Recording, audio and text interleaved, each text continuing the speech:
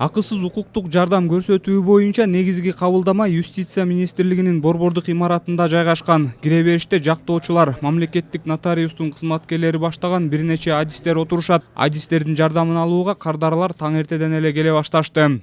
Декада. Я просто пришла, обратилась в Минюст. Мен акысыз укуктук жардам көрсөтүлүп жатканын бул жерге келип билдим. Ыңгайлуу экен. Жоопкерчилиги чектелген коомду жабуу маселеси менен келгем. Толтура кагаздарды чогултам го деп ойлогом. Бул жерге бардыгын айтып беришти, жумушум тез эле бүттү. Мне понравилось, да. Я не ожидала. Очень быстро все объяснили, мне все понятно. И сказали, что очень хорошая тут консультация, говорит, обратитесь. Мен тааныштарымдан уктум, акысыз сапаттуу укуктук кеңеш беришет деди. Буга чейин балам дагы келип жардам алган эле. Эми мага дагы кереги тиеп отурат. Жеке жактоочу бөлүп беришти. Болбосо акы төлөп жактоочу жалдаганга мүмкүнчүлүгүм жок эле. Алар кымбат дагы экен. Акысыз юридикалык жардам көрсөтүү жумалыгы башталгандан бери кеңеш сурап кайрылгандардын саны 1000ден ашты. Зарыл болгон учурда жарандарга акысыз түрдө адвокат бөлүнүп берилет.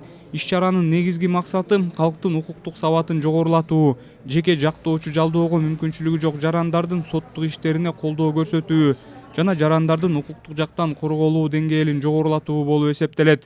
Көп ушу жер маселеси боюнча анан жанакы биздин семейный вопростор менен көп эле кайрылышат бизге адамдар. Жанакы раздел имущества деп аталган ошондой да маселелер боюнча да көп келишет. Акысыз юридикалык жардам жумалыктан сырткары башка убакытта да көрсөтүлүп турат. Ар бир жаран келип адистердин кеңешин алууга укуктуу. Ал эми жактоочу мыйзамда белгиленген жарандардын категориясына гана бөлүнүп берилет. Адвокаттардын айтымында жарандардын көбү укуктук маселеге келгенде жөнөкөй гана эреже тартиптерден кыйналышат. Каяка барыш керек, эмне кылыш керек, кайсы документтерди чогултуш керек, кайсы документтерди оформить этиш керек экенин билбейт.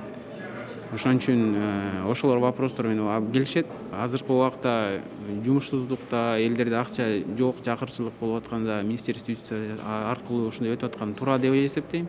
Акысыз укуктук жардам көрсөтүү жумалыгы 30-ноябрда башталган жана ал 5-декабрга чейин уланат. Бул аралык ичинде министрликтин жана анын шаардык, райондук бөлүмдөрүнүн эшиги бардык жарандар үчүн ачык болот. Андан кийин калкка акысыз кеп кеңеш берүү өзүнүн белгиленген тартиби боюнча улантылат. Самат Асипов, Руслан Сабатаров, Ала Тоо 24.